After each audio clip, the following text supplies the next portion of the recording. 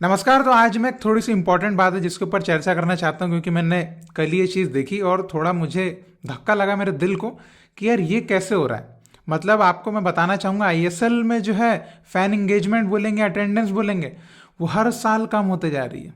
मतलब आप पहले सीजन से अगर काउंट करेंगे तो बहुत ज़्यादा कम हो चुकी है। तो सबसे पहले आप देखिए कि अटेंडेंस कितनी कम होगी। 2014 में आप देखिए एवरेज अटेंडेंस जो थी वो 24,000 थी, और करंट सीजन में आप देखिए वो अटेंडेंस जो है 12,000 पे आ चुकी है। तो आप सोचिए कितना फर्क आ गया है अटेंडेंस में।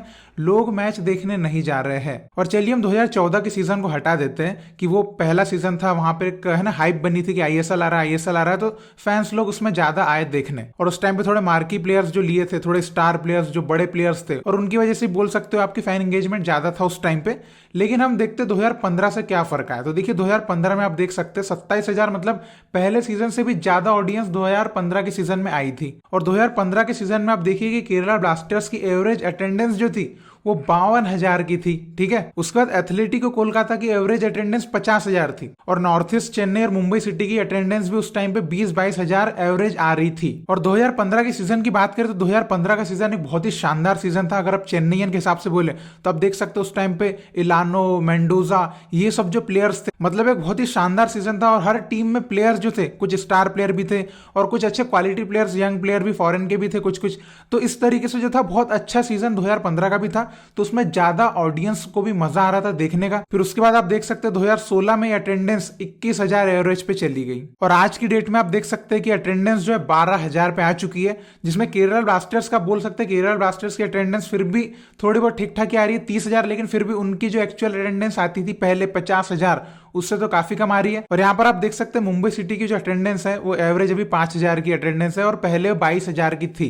तो पहले वो दूसरे स्टेडियम में भी मैच हुआ करते थे, अब वो मैचेस मुंबई फुटबॉल अरीना में होते हैं। एक तो उसकी कैपेसिटी बहुत कम है, और दूसरी बात यह है कि मुंबई में क्रिकेट और बॉलीवुड, इनको देखने के लिए लोग एकदम पागल हुए पड़े हैं। फुटबॉल की बात जहां पे आती, वहां पर सबसे पहले सुनील छेत्री को अपील करना पड़ेगा, उसके बाद वहां की जनता जागती है, उसके बाद वो मैच देखने जाते हैं। तो ये है फुटबॉल की कंडीशन मुंबई में। पुणे में भी आप बोल सकते हैं। पूरे महाराष्ट्र में अगर फुटबॉल को दिल से चाहने वाले अगर मुझे कहीं दिखते हैं तो वो ओनली कोल्हापुर है। लेकिन कोल्हापुर से कोई आईएसएल का क्लब है नहीं। आप आईएसएल का क्लब कोल्हापुर से डालिए, उसके बाद आप देखिए वहां पे ऑडियंस, वहां की अटेंडेंस देखिए, जैसे केरला ब्लास्टर्स की आती है ना, वैसी ही अटेंडेंस कोल्हापुर की भी आएगी। लेकिन चलिए ये तो बस एक थॉट है, ऐसा रियल में तो पता नहीं होगा कि नहीं होगा, लेकिन होना चाहिए। कोल्हापुर जैसी जो सिटी है वो डिजर्व करती है आईएसएल का क्लब। तो चलिए मुझे जो लगता है मेन रीजंस की क्या कारण हो सकते हैं जिनके कारण ये अटेंडेंस लगातार कम होते जा रही है, और मे बी और कम हो जाए। तो सबसे पहला कारण मुझे लगता है स्टार प्लेयर का ना होना। क्योंकि आप देखिए 2014, 15, 16 इस टाइम पे जो है प्लेयर्स जो थे, कुछ स्टार प्लेयर्स, भले वो थोड़े ओल्ड प्लेयर्स थे, लेकिन वो स्टार प्लेयर्स थे जिनको लोग बचपन में देखते थे, तो उनको भी देखने कई लोग जाते थे। तो ये एक बात है कि थोड़े से स्टार प्लेयर्स हमारे लीग में लाना पड़ेगा।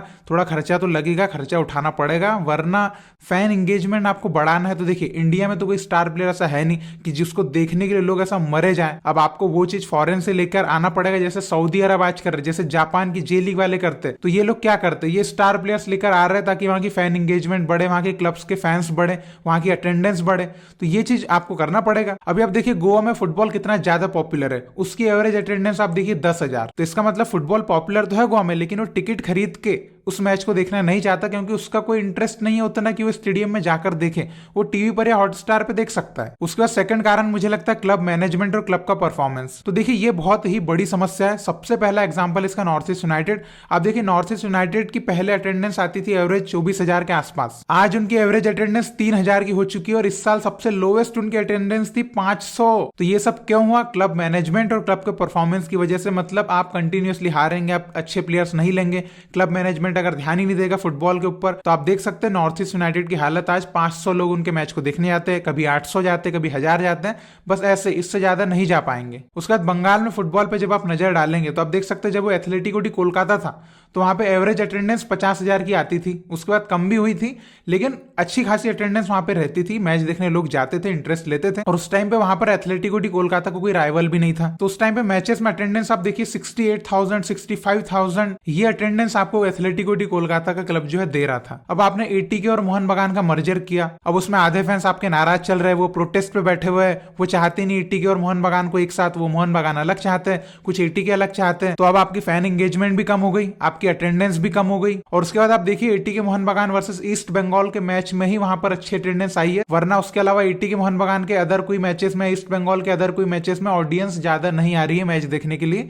ये आप कंटिन्यूअसली देख सकते हैं हर मैच में आईएसएल के। उसके बाद मुझे तीसरा कारण लगता है इंडिया टीम का लगातार खराब रिजल्ट, क्योंकि नेशनल टीम का कहीं ना कहीं लीग पे फर्क पड़ता है। ऐसा मुझे लगता है कि जब आपकी नेशनल टीम में वो परफॉर्मेंस आपको नहीं दिखता फैंस को, तो वो कहीं ना कहीं एक तो नए फैंस नहीं बढ़ाती, क्योंकि इंडियन फुटबॉल टीम का मैच जो है वो नॉन इंडियन फुटबॉल फैंस जो है वो भी देखते हैं। तो जब वो इंडिया टीम का खराब परफॉर्मेंस देखते हैं तो वो अपनी प्रीमियर लीग और ला लीगा और चैंपियंस लीग इन पर ही जुड़े रहते हैं, वो आईएसएल तक नहीं पहुंचते। वो आईएसएल में फिर इंटरेस्ट नहीं लेते रहे, वो सोचते हैं कि इंडिया टीम तो ऐसे खेल रही है, आईएसएल तो पता नहीं क्या ही देखेंगे फिर। तो इस कारण से आपके जो पुराने फैंस है वो तो कम हो ही रहे, लेकिन जो नए फैंस आपको मिलना चाहिए वो आपके ग्राउंड तक आ ही नहीं रहे, वो आपके फैंस बन ही नहीं पा रहे। उसके बाद चौथा कारण जो मुझे लगता है कि एफएसडीएल और एआईएफएफ जो है वो फैन एंगेजमेंट पर अटेंशन नहीं दे रहा है। वो खाली जो उनकी डील हो चुकी है, जो भी वो कमर्शलाइजेशन से पैसा वो बना रहे हैं, बस उस पर उनका फोकस है, लेकिन फैन एंगेजमेंट कैसे उनको बढ़ाना चाहिए इस पे फोकस नहीं कर रहे। तो जब तक वो क्लब्स के साथ मिलकर ऐसा कोई फैन एंगेजमेंट नहीं चलाएंगे तब तक फैंस जो है, जो जितने आपके लॉयल फैंस है उतने ही रहेंगे, और जो नए फैंस है हो सकता है एक मैच देख के आपके फिर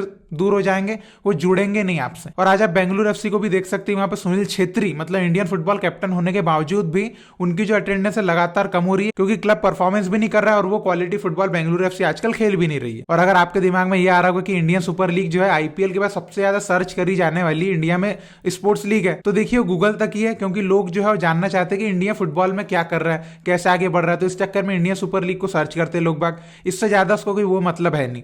तो उससे कोई फर्क पड़ नहीं रहा है फैन एंगेजमेंट पे या पॉपुलरिटी पे।